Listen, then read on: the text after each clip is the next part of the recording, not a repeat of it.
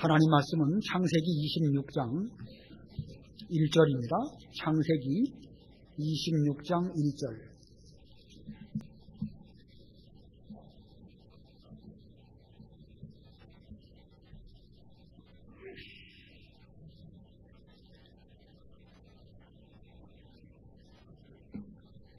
창세기 26장 1절. 그 땅에 아브라함 때 들었던 흉년이 이삭 때에도 들어 이삭이 그랄에 있는 블레셋 왕 아비멜렉에게 갔다.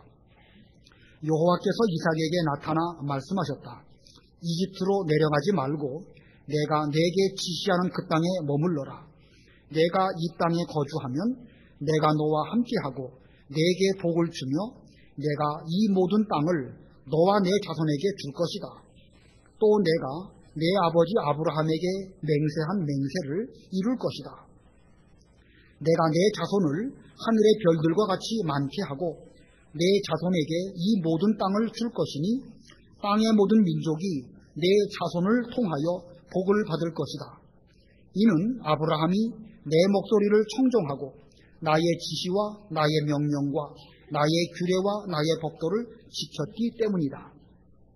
그리하여 이삭은 그랄에 살았으며 그곳 사람들이 그의 아내에 관하여 묻자 이삭이 그 여자는 나의 누이입니다 라고 말하였는데, 이는 이삭이 리브가의 용모가 아름다워 그곳 사람들이 리브가 때문에 자기를 죽이지 않을까 생각하고 나의 아내라고 말하기를 두려워했기 때문이다.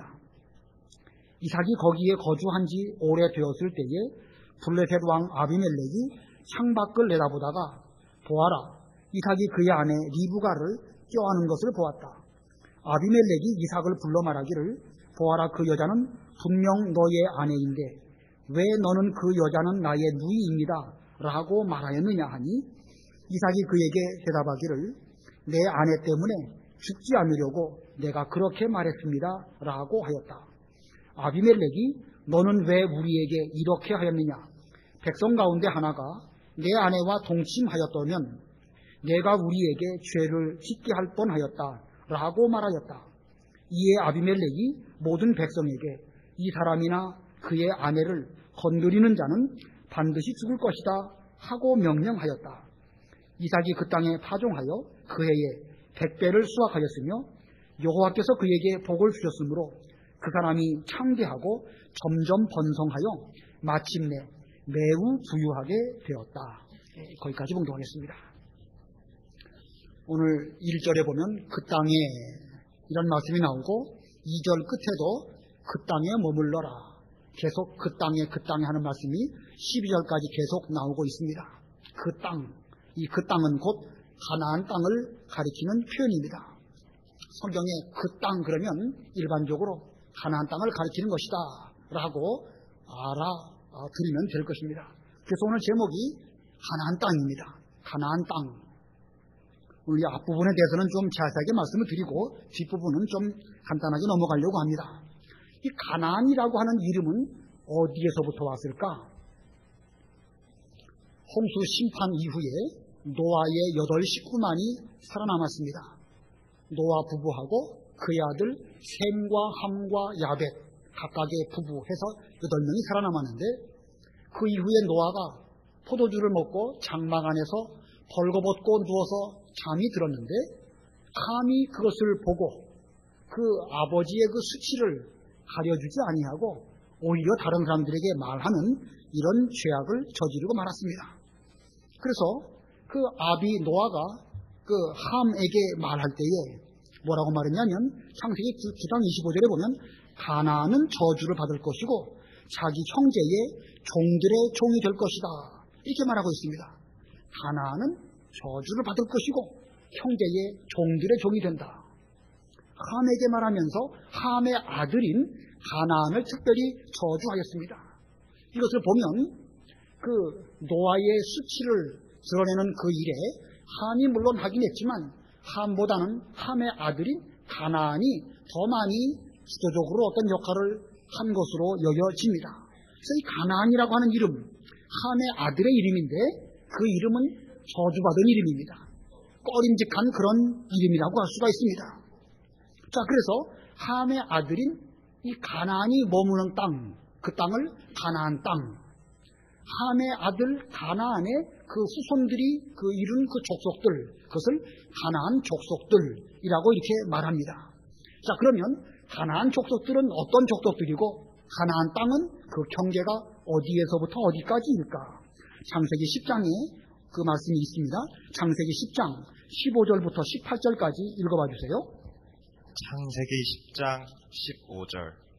가나안은 맏아들 시돈과 헷과 여부스와 아모리와 기르가스와 히위와 알가와 신과 아르왓과 스말과 하맛을 낳았는데 그 후로 가나안의 종족들이 퍼져나갔다. 예, 여기 계속 가나안의 아들들의 이름, 나중에 이 이름들이 그 족속이 되는데 시돈, 헷, 여부스, 아모리, 기르가스, 히위, 알가, 신 뭐 등등의 이름들이 쭉 나옵니다. 여러 그 가나안 족속들이 있는데 그 중에 가나안 땅에 대표적으로 살고 있는 족속, 그것을 우리는 가나안 7 족속이라 이렇게 말합니다.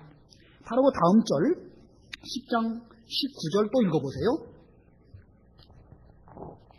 19절. 가나안의 경계는 시돈에서부터 그라를 지나 가사까지, 그리고 소돔, 고모라, 아드마와 스보임을 지나 라사까지였다. 예, 이 가나안 땅의 경계를 19절에서 정의하고 있습니다. 시돈은 가나안 땅의 서북쪽입니다. 시돈에서부터, 그리고 그랄, 오늘 본문에도 그랄이 나오죠. 그랄이라는 이름을 잘 기억하세요. 그랄을 지나서 남쪽으로는 가사, 그리고 이 남쪽에 소돔 고모라가 있고 아드마, 스보임, 그리고 라사까지, 이것이 가나안 땅의 경계의 구역인 것입니다. 자, 이렇게 이 가나안이라는 이름은 저주받은 이름이고 깨림직한 그런 이름들입니다.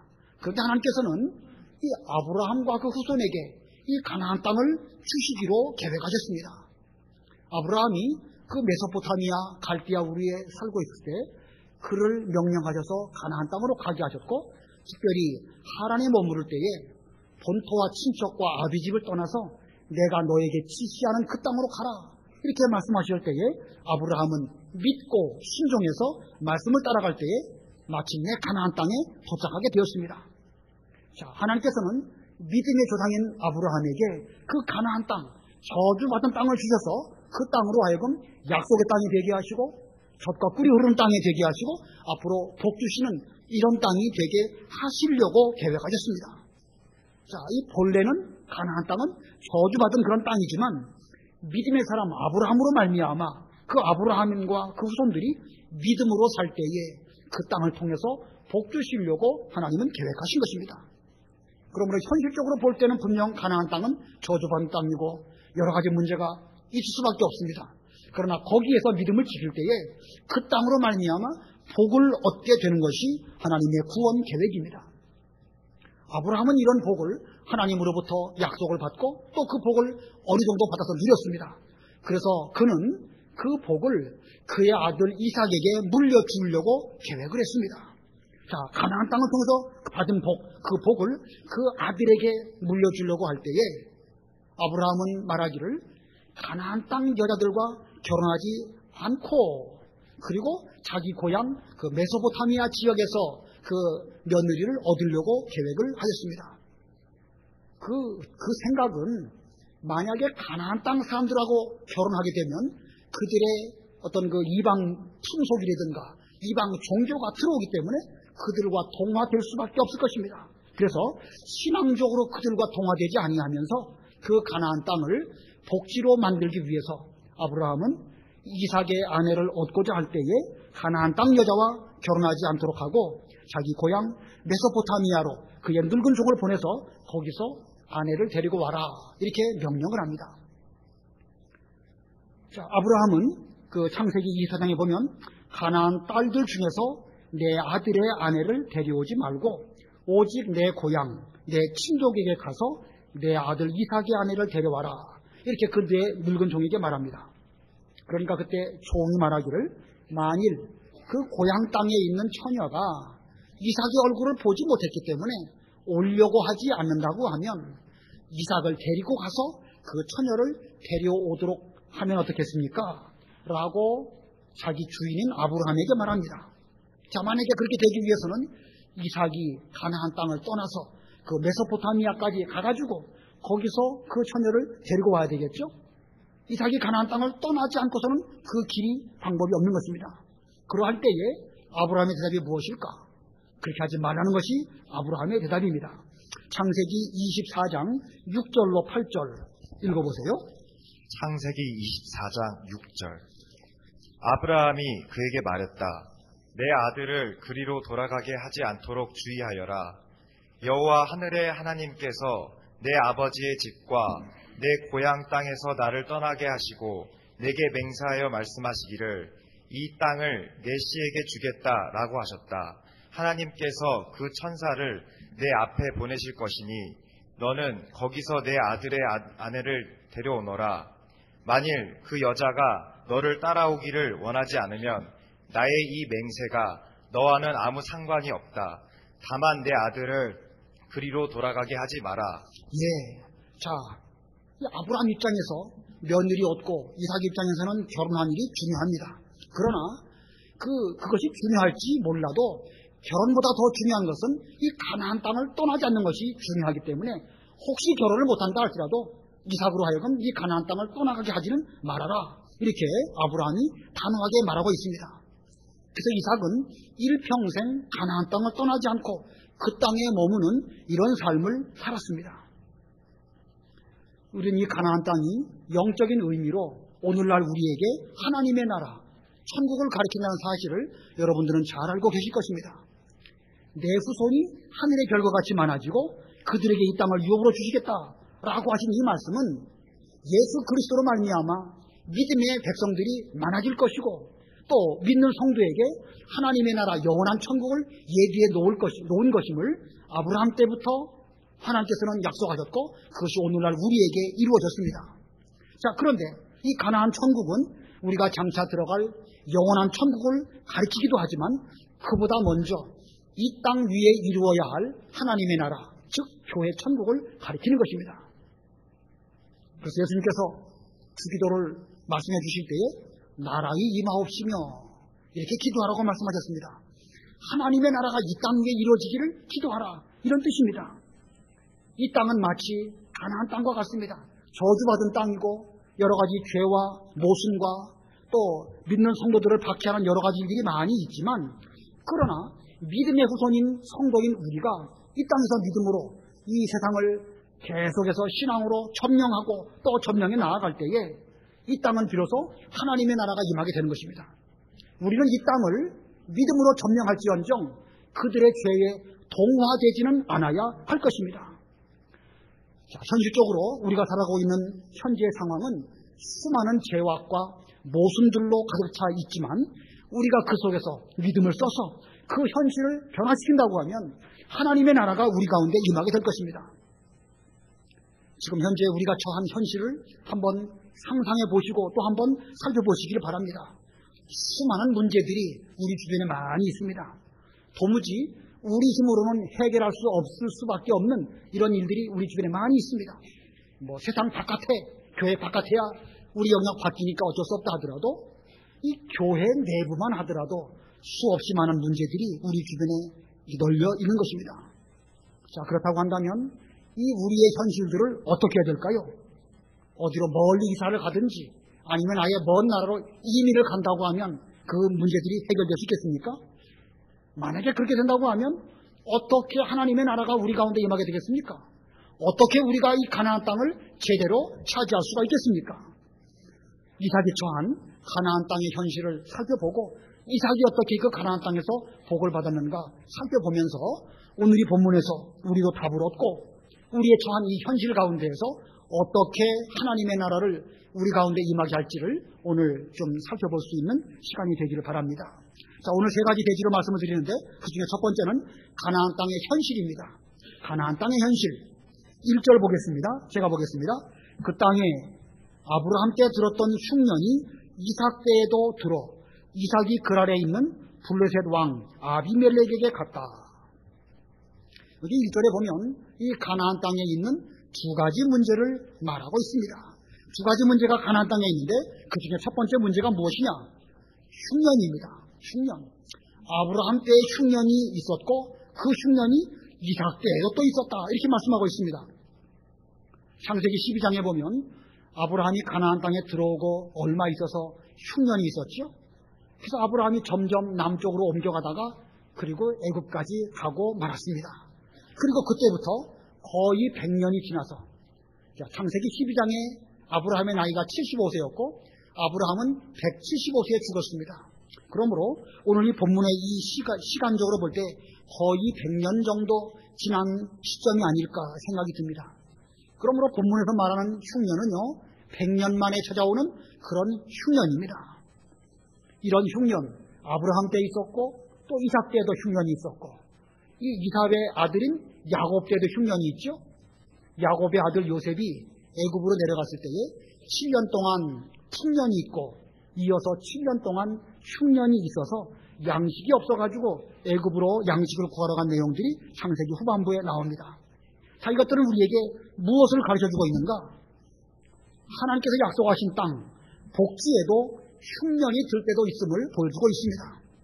하나님께서 인도하셨고 또 머물도록 지시하신 그 땅 가나안에도 늘 좋은 일만 있는 것이 아니고 때로는 흉년도 들지만 때로는 흉년도 있는 것처럼 하나님께서 우리들을 인도하셔서 머물게 하신 영적인 가나안 땅 이곳에 하나님은 우리에게 때로는 참 하야와 같은 그런 은혜를 베풀어 주시기도 하지만 때로는 은혜를 받지 못해서 힘들게 겪어야 하는 그런 시기도 있음을 우리에게 보여주는 것입니다. 늘 은혜만 있으면 얼마나 좋겠습니까? 그러나 그렇지 못하다는 것을 성경이 우리에게 가르쳐주고 있습니다. 여러분은 얼마만큼의 한 번씩 은혜를 받으십니까? 말씀을 들을 때마다 은혜를 받는다. 아마 그 사람은 항상 신령 천국 또 이 교회 천국 생활을 하고 계신 분입니다. 그러나 그러기가 여간에 어려운 게 아닙니다. 아마 한 달에 한 번 정도만 은혜를 입어도 그 성도는 은혜 생활을 잘하는 사람이라고 할 수 있을 것입니다. 신앙생활을 하면 할수록 점점 은혜 받기가 더 어려워지지 아니할까. 저는 어떤 생각까지 해보았냐면 1년에 한 번만이라도 제대로 은혜를 받는다고 하면 그 힘으로 1년을 살 수 있지 않을까. 뭐 이런 생각을 해본 적도 있어요. 그만큼 늘 은혜 받기가 어렵다는 것입니다. 자, 이렇게 흉년이 오늘날 우리에게도 있다는 사실을 기억하시기 바라고 또 흉년도 흉년이지만 가나안 땅에 또 하나의 문제가 있습니다. 본문 1절에 어떤 문제가 있죠? 이삭이 그랄에 있는 블레셋 왕 아비멜렉에게 갔다. 블레셋이 또 문제인 것입니다. 자, 이 그랄, 아까 그랄은 가나안 땅 안에 있다고 했습니다. 자, 이 가나안 땅 경계, 시돈에서부터 그랄, 그 다음에 가사, 소돔, 고모라, 아드마, 스보임, 라사, 쭉 말씀드렸죠, 아까? 자, 그랄은 가나안 땅은 가나안 땅이지만 가나안 땅 경계에 있습니다. 아마도 이삭은 이 흉년 때에 양식을 얻으려고 애굽으로 내려가려고 하다가 그랄까지 오지는 않았는지 이런 생각이 듭니다. 이제 조금만 더 가면 애굽으로 가게 됩니다. 자, 그런데 그곳 그랄에 왔을 때에 블레셋 족속이 살고 있었고 그리고 그 블레셋 족속 때문에 이삭이 여러 가지 어려움을 겪습니다. 블레셋이라고 하는 단어 영어로는 뭐라고 되어 있죠? 블레셋 영어 성경에는 팔레스타인이라고 되어 있습니다. 팔레스타인. 자, 블레셋이 바로 오늘날 팔레스타인입니다. 자, 그러면 이 블레셋 족속들은 언제부터 가나안 땅에서 들어와서 살게 되었을까? 고대 애굽의 기록에 의하면 블레셋은 바다의 백성 혹은 해양 민족이라고 말하고 있습니다. 성경은 이 블레셋은 본래 이 지중해에 있는 그레데라고 하는 섬, 우리 개역 성경에는 크레타라고 하고 있는데 그 크레타 섬에서 온 민족이라고 성경에 말씀하고 있습니다. 예레미야 47장 4절, 예레미야 47장 4절 읽어보세요. 예레미야 47장 4절. 이는 블레셋 사람들을 모두 진멸시키고 두로와 시돈에 남아있는 도와줄 자마저도 모두 끊어버릴 날이 올 것이기 때문이다. 여호와가 크레타 섬에 남아있는 블레셋 사람들을 멸망시킬 것이다. 예, 하나님께서 예언하시기에 하여 말씀하시기를 이 블레셋 사람들 이스라엘 백성들을 힘들게 하는 블레셋 사람들을 완전히 진멸시키실 것인데 두로와 시돈에 남아있는 도와줄 자마저도 모두 끊어버릴 것이다. 그러면서 그들의 본거지인 크레타 섬에 남아있는 블레셋 사람들을 마저도 완전 멸망시키실 것을 예언하셨습니다. 이 블레셋 사람들이 크레타 섬에서 왔다는 말씀은 아모스 9장 7절에도 있습니다. 더 확실하게 있는데 아모스 9장 7절 읽어보세요. 아모스 9장 7절. 여호와의 말씀이다. 이스라엘 자손들아, 너희는 내게 에티오피아 자손 같지 아니하냐? 내가 이스라엘을 이집트 땅에서, 블레셋 사람을 크레타에서, 아람 사람을 길에서 올라오게 하지 않았느냐? 예, 이스라엘 백성들은 애굽에 있다가 거기서 올라와서 가나안 땅에 살게 되었습니다. 이스라엘 백성들처럼 이 블레셋 사람들은 크레타에서 올라와서 가나안 땅에 머물고 있음을 우리 아모스 9장 7절에서도 말씀하고 있습니다. 이 세계사를 참조해 보면 크레타의 과거에 큰 문명 발상지가 바로 이 크레타입니다. 그런데 이 그리스가 크레타를 침략을 하니까 크레타에 살고 있던 이 블레셋 사람들이 거기서부터 이제 도피해서 가나안 땅 남쪽 이 그랄 지역에 와서 살게 되지 않았을까 이렇게 추정이 되는 것입니다. 자, 이 아브라함이 가나안 땅에 들어와서 살 그 즈음부터 블레셋 사람들도 가나안 땅에 들어와서 살게 되었다. 거의 비슷한 시기에 온 것으로 생각할 수가 있습니다. 그리고 보면 이 가나안 땅에는 세 종류의 족속들이 살고 있습니다. 첫 번째는 가나안 원주민들, 가나안 족속들. 두 번째는 이 블레셋 사람들입니다. 세 번째는 아브라함의 후손 히브리 족속들입니다. 그리고 이 세 족속들이 그 땅에서 서로 뺏고 빼앗기고 하는 전쟁을 끊임없이 계속 반복하게 되는 역사가 성경에 기록되어 있습니다. 이스라엘 백성들이 애굽에서부터 올라와서 그 여호수아를 앞세워서 가나안 땅을 차지하게 될 때에 제일 먼저 가나안 족속들을 다 물리치고 하나하나 가나안 땅을 차지합니다. 그러다가 다윗 왕 때에 이르러서야 가나안 7 족속들을 완전히 다 몰아내게 되지요. 그래서 더 이상 그 이후에는 가나안 족속들이 이스라엘 백성들을 힘들게 하는 그런 경우는 없습니다. 그러면 블레셋 족속은 어떻지요? 블레셋 족속들은 다윗 왕 때에도 그 골리앗이 바로 블레셋 족속이죠. 골리앗이 이스라엘 백성들을 힘들게 했고 또 아브라함 때부터 4,000년이 지난 지금까지도 이스라엘과 이 블레셋과의 싸움은 지금도 끝나지 아니하고 계속되어지고 있는 현실인 것입니다. 언제나 돼야 이 싸움이 끝날까? 인간의 힘으로는 알 수 없지만 예수님 재림하실 때까지 이스라엘과 블레셋의 싸움이 끊임없이 반복되지 아니할까 이렇게 생각이 듭니다. 자, 이것은 오늘날 우리에게 어떤 교훈을 주고 있는가? 우리가 하나님의 나라 가나안 천국에 들어와 살고 있지만 우리는 가나안 족속과도 싸워야 되지만 블레셋과의 싸움도 계속 끊임없이 계속된다는 사실을 보여주고 있습니다. 다시 말하면 우리 속에 있는 육체의 부패성과도 싸워야 되겠지만 다른 한편으로는 밖에서 들어온 이 사탄의 세력과도 싸워야 하나님의 나라가 우리 심령 가운데 이루어지게 되는 것이고 또 우리 교회 가운데서도 이 천국이 이루어지게 되는 것을 보여줍니다. 이 싸움은 끊임없는 싸움이요. 예수님 재림할 때가 되어서야 비로소 끝이 날 것으로 여겨집니다.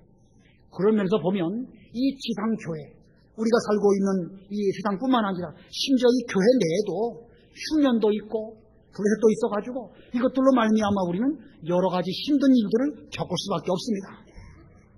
하나님은 왜 이스라엘 백성들에게 흉년과 블레셋을 만나게 하실까? 하나님의 백성으로서 정신을 차려서 기도하게 하시고 시험과 고통이 있어야 하나님을 의지하게 되고 또 그런 어려움이 있어야 그들의 영적인 실력이 자라날 수 있기 때문에 하나님께서는 가나안 족속도 마련하셨고 블레셋 사람들을 통해서도 여러 가지 힘든 일들을 겪게 하는 것입니다. 그러므로 우리는 우리의 현실을 보고 불평하거나 또 현실을 도피하려고 하는 그런 사람이 되지 말고 이 가운데에서 선한 싸움을 싸우며 그 속에서 우리의 구원을 잘 이루어가야 할 것입니다. 이스라엘 백성들이 가나안 땅을 떠난다고 하면 어디로 가겠습니까? 애굽으로 가겠습니까? 아니면 아수르로 가겠습니까? 갈 데가 없는 거예요. 이스라엘 백성들은 반드시 필연적으로 가나안 땅에 있어야 되는 것입니다. 가나안 땅에 흉년이 있고 블레셋이 있고 여러 가지 어려운 문제들이 있다 할지라도 끝까지 거기서 떠나지 말고 흉년을 잘 견디고 또 떠나지 말고 블레셋을 믿음으로 제압하는 이런 길을 걸어가야 제대로 된 하나님의 백성이라고 할 수가 있습니다. 아무쪼록 우리들도 떠나지 말고 떠나서도 안 되는 줄 알고 우리에게 하나님께서 인도해 주신 그 가나안 천국에 잘 머무는 우리 모두들이 다 되어야 되겠습니다. 그다음에 두 번째로 하나님께서는 어떻게 하시는가? 가나안 땅을 통하여 복주심. 두 번째 대지는요, 가나안 땅을 통하여 복주심. 1절에 보면 1절에 흉년 때에 이삭이 그 아래에 있는 블레셋 왕 아비멜렉에게로 갔다라고 말한 것을 보면 이삭도 먹을 것이 없어가지고 아마도 애굽으로 내려가다가 가나안 땅과 애굽의 그 접경지대인 그랄까지 온 것으로 여겨집니다. 이제 조금만 더 가면 애굽입니다. 자, 이러한 이삭의 목적, 애굽에 내려가서 먹을 것도 얻고 또 이 즈음에 이삭에게는 두 아들이 이미 태어났지요.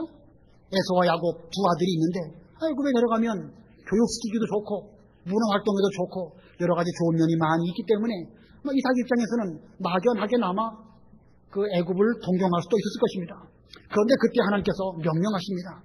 본문 2절, 3절 읽어봐 주시기 바랍니다. 2절 여호와께서 이삭에게 나타나 말씀하셨다. 이집트로 내려가지 말고 내가 내게 지시하는 그 땅에 머물러라. 내가 이 땅에 거주하면 내가 너와 함께하고 내게 복을 주며 내가 이 모든 땅을 너와 내 자손에게 줄 것이다. 또 내가 내 아버지 아브라함에게 맹세한 맹세를 이룰 것이다. 예, 하나님께서 이삭에게 분명하게 말씀하셨습니다. 이집트로 내려가지 마라. 그리고 내가 내게 지시하는 그 땅에 머물러라. 이렇게 분명하게 말씀하셨습니다. 가나안 땅에 머물러야 그가 복을 받을 수 있기 때문에 하나님께서는 내려가지 말라고 분부하신 것입니다. 만약에 내가 너에게 지시하는 그 땅에 머물면 내가 너와 함께하고 너에게도 복을 주고 내 후손에게도 복을 줄 것이고 하나님께서 아브라함에게 맹세하신 그 맹세를 너를 통하여 이룰 것이다. 이렇게 말씀하십니다. 조금만 더 내려가면 애굽이지만 애굽에 내려가면 먹을 것도 있고 문화활동도 하고 교육 조건도 좋고 여러 가지 좋은 것들이 있지만 하나님께서는 애굽으로 내려가지 말라고 특별히 이삭에게 이렇게 말씀하신 것입니다. 이 흉년과 블레셋의 문제도 있지만 그 속에서 조금만 참고 믿음을 지킨다고 하면 이 가나안 땅을 통해서 엄청난 복을 주시려고 하나님께서는 내려가지 말라고 말씀하셨습니다.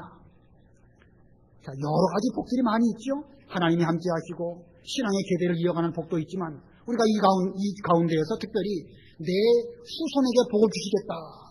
이거 한 가지만 좀 생각해 볼 필요가 있습니다. 부모 입장에서 자기 자녀가 잘 되고 복 받는 것 이것만큼 기대되는 바가 어디 있겠습니까? 비록 부모는 잘 먹지 못하고 고생을 많이 할지라도 자녀계에 가서는 하나님께 큰 복을 받기를 원하는 것이 다 부모의 심정입니다. 그런데 만일 애굽으로 내려가면 어떻게 될까요? 먹을 거 걱정 없고 문화생활 잘하고 교육 조건 좋고 좋게 되겠지만 그러나 자녀 교육은 절대 사람의 생각처럼 그렇게 되는 게 아닙니다. 창세기 12장의 흉년 때에 아브라함이 애굽에 내려갔었지요. 애굽에 내려갔다가 거짓말하고 부끄러움 당하고 그리고 가나안 땅으로 돌아옵니다. 아브라함 입장에서는 그 경험을 어떻게 생각했을까? 하나님의 명령을 어기고 내가 애굽에 내려갔다가 이렇게 부끄러운 일을 당했구나. 앞으로 내가 절대로 가나안 땅 떠나가지 않아야 되겠다. 그는 그렇게 결심하여서 가나안 땅에 머물렀고 자기뿐만 아니라 자기 아들에 대해서도 가나안 땅 떠나가지 않도록 심지어 결혼 문제가 중요하지만 그 문제보다 더 중요한 것은 가나안 땅을 떠나지 않는 것이 더 중요한 것인 줄 알고 철저하게 가나안 땅 떠나가지 않도록 그렇게 말을 했습니다. 그런데 아브라함과 함께 애굽에 갔다 왔던 롯은 어떠했지요? 롯은 애굽에 가서 여러 가지 보고 들은 것을 많이 보고 들었을 것이고 강력하게 그 문화적인 충격이 그의 마음속에 남아 있었을 것입니다. 아마 그는 생각하기를 사람이 살려고 한다면 적어도 애굽과 같은 환경에서 살아야 사람답게 사는 게 아닐까, 이런 생각을 아마도 했을 것 같습니다. 그래서 아브라함의 그 소떼와 양떼가 많아지고 또 그 롯의 소떼와 양떼가 많아지게 되었을 때에 둘은 불가피하게 헤어지게 되었습니다. 아브라함이 말하기를 너는 어디로 갈 것이냐, 내가 좌하면 나는 우하고 내가 우하면 내가 좌하겠다. 그렇게 말할 때에 롯은 눈을 들어서 요단강 동쪽을 바라보니까 요단강 동쪽이 얼마나 좋은지 여호와의 동산 같고 또 어디와 같다고 그랬죠? 애굽 땅과 같았더라, 그렇게 말하고 있습니다. 한번 읽어보시기 바랍니다. 창세기 13장 10절로 13절. 창세기 13장 10절. 롯이 눈을 들어 요단 온 들을 바라보니 여호와께서 소돔과 고모라를 멸망시키기 전이었으므로 소알까지 그 전체가 물이 넉넉하여 마치 여호와의 동산 같고 이집트 땅과도 같았다.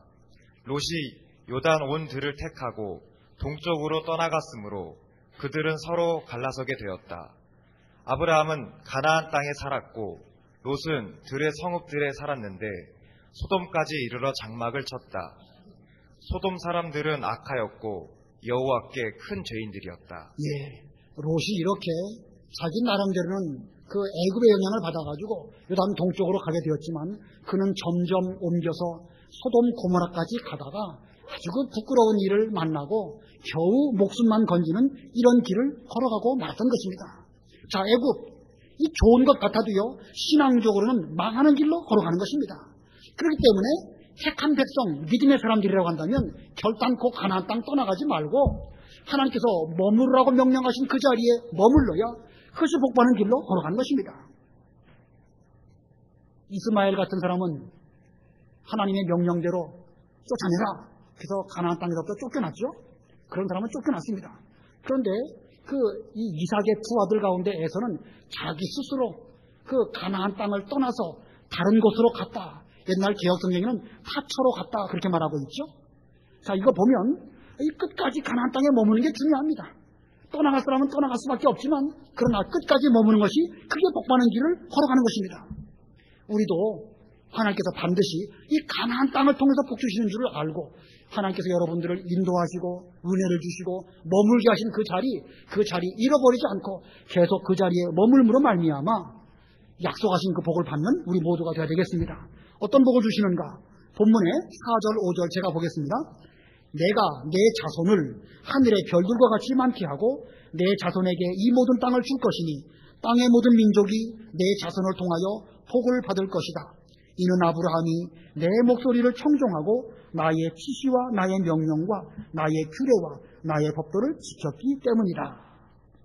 자, 아브라함 때 그리고 이삭 때 이 신앙의 계대가 가나안 땅에 머무는 그 가운데에서 계승되어집니다. 근데 아브라함 때에는요, 그 복이라고 해야 겨우 이삭 하나님이 주셨습니다.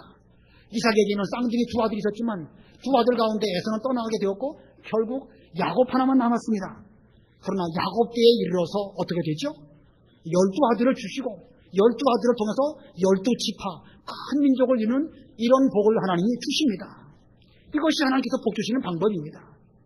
꼭 이것이 철칙은 아니지만 일반적으로 복 받는 사람들의 경우를 보면 그 할아버지 할머니의 신앙을 그 아버지 어머니가 잘 물려받고 아버지 어머니의 신앙을 그 자녀들에서 잘 물려받을 때에 3대쯤 가서 어느 정도 복 주시고 또 그 뒤에 넘치는 복으로 갚아주시는 것을 보면서 이게 성경적인 일반적인 원리가 아닐까, 이런 생각이 듭니다.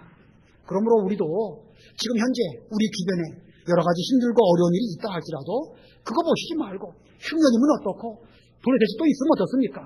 하나님께서 우리를 인도하시고 머무르라고 하신 그 자리에 끝까지 떠나지 아니하고 믿음 지키는 것, 이것이 내가 복받는 길이고 또 나뿐만 아니라 우리의 다음 대에 큰 복을 주는 방편인 줄을 알고 이 가나안 땅을 통해서 복받는 우리들이 다 되어야 되겠습니다. 그 다음에 세 번째 계지로는요, 가나안 땅을 떠나지 않은 이삭입니다. 6절로 11절인데 그 말씀은 읽지 않고 잘 아시는 말씀이니까 말씀으로만 설명을 드리겠습니다. 이 이삭이 가나안 땅 그랄의 블레셋 사람들과 함께 머물 때에 이삭 마음속에 두려운 생각이 들었습니다. 그래서 자기 아내 리브가를 아내라고 말하지 못하고 누이라 이렇게 거짓말을 했습니다. 자, 거짓말한 것이 얼마 있다가 들통이 났죠? 하필이면 왜 아비멜렉이 그 이삭이 리브가를 껴안은 것을 보게 되었는지, 아무튼 그런 그 부끄러운 것이 들통이 나서 이 블레셋 사람들에게 책망을 받게 되었습니다. 블레셋 사람들에게 책망을 받게 된 이삭의 마음이 어땠을까요? 얼마나 부끄러웠을까요? 이거 그 동네에 얼굴 들고 돌아다니기가 어려운 이런 상황까지 만나게 되었습니다. 근데 만약에 보통 사람 같으면 그런 일을 만나면 이제 더 이상 낯뜨거워서 블레셋 사람들을 쳐다볼 수가 없다. 차라리 다른 동네에 가서 살자. 아마 이런 생각을 할 수도 있을 것입니다. 애굽에 내려간다고 하면 이삭이 거짓말을 했는지 뭐를 했는지 누가 알겠습니까? 그럴 법도 하지만 그러나 이삭은 그 땅 떠나지 아니하고 그는 거기에 머물렀습니다. 자기 체면보다 하나님의 약속을 지키는 것, 하나님의 복을 받는 것을 더 소중하게 여기기 때문에 그는 가나안 땅 떠나지 아니하고 계속 거기에 머물렀던 것입니다. 우리도 가나안 땅에 머물다 보면 외부적인 문제도 많이 있지만요, 나 자신도 부끄러운 게 많습니다. 완벽한 사람이 어디 있나요? 다 부끄러운 게 많죠. 아브라함도 거짓말했고, 이삭도 거짓말했고, 다윗도 그렇고, 베드로도 그렇고, 아무개도 그렇고, 다 부끄러운 것이 많이 있습니다. 그러나 더 중요한 게 무엇이냐? 내 체면보다 더 중요한 것은 가나안 땅을 떠나지 아니하고 끝까지 하나님의 약속을 붙잡을 때에 그로 말미암아 하나님께서는 우리에게 마침내 복을 주신다는 사실입니다. 그래서 이삭이 어떤 복을 받았는가? 26장 12절 13절 우리 다 같이 합독하시겠습니다. 26장 12절 13절 시작. 이삭이 그 땅에 파종하여 그 해에 100배를 수확하였으며 여호와께서 그에게 복을 주셨으므로 그 사람이 창대하고 점점 번성하여 마침내 매우 부유하게 되었다. 흉년을 만나서 먹을 것이 없었는데 다른 사람들도 그 가운데 어려운 일을 겪었지만 그러나 그 가운데에서 그 흉년과 블레셋 사람들의 여러 가지 상황과 또 자기의 부끄러운 가운데서도 그런 부지런히 농사했습니다. 그랬더니 여호와께서 그에게 복을 주셨는데 100배를 수확하는 이런 복을 주셨고 점점 창대하고 번성하여 마침내 큰 부자가 되는 이런 은혜를 주셨습니다. 좋은 땅에 심어졌다는 것은 착하고 좋은 마음으로 말씀을 받고 인내로 결실하는 것이라고 했습니다. 인내가 없으면 아무리 가나안 땅 복지 좋은 곳에 심어졌다 할지라도 인내가 없다고 하면 100배 결실할 수 없습니다. 우리는 30배도 아니고 60배도 아니고 반드시 100배를 목표로 노력을 함으로 말미암아 하나님이 약속하신 모든 복을 하나도 남김없이 다 받는 우리가 되어야 할 것입니다. 그게 진정한 아브라함의 후손이고 믿음의 사람입니다. 혹시 다른 면에서는 애누리하고 다른 면에서는 좀 부족할지 몰라도 믿음으로 말미암아 하나님께로부터 받는 이 복에서는 조금 더 애누리하지 말고 다 받아야 되겠다. 이게 올바른 사람이라고 할 수가 있을 것입니다. 현실적으로 우리 주변을 바라보면 여러 가지 문제가 많이 있습니다. 흉년도 있고 블레셋도 있고 내 자신의 실수도 있고 부끄러운 것도 있고 문제 사방에 많이 있습니다. 그러나 그런 문제 가운데서도 끝까지 가나안 땅에 뿌리를 내리고 여기에 계속 머물므로 말미암아 하나님의 맹세가 우리를 통해서 이루어지게 돼야 되겠고 그 하나님께서 예비하신 모든 복을 다 받아 누리는 여러분들이 되시기를 바랍니다. 잠깐 동안 말씀을 생각하시면서 기도하시기 바랍니다.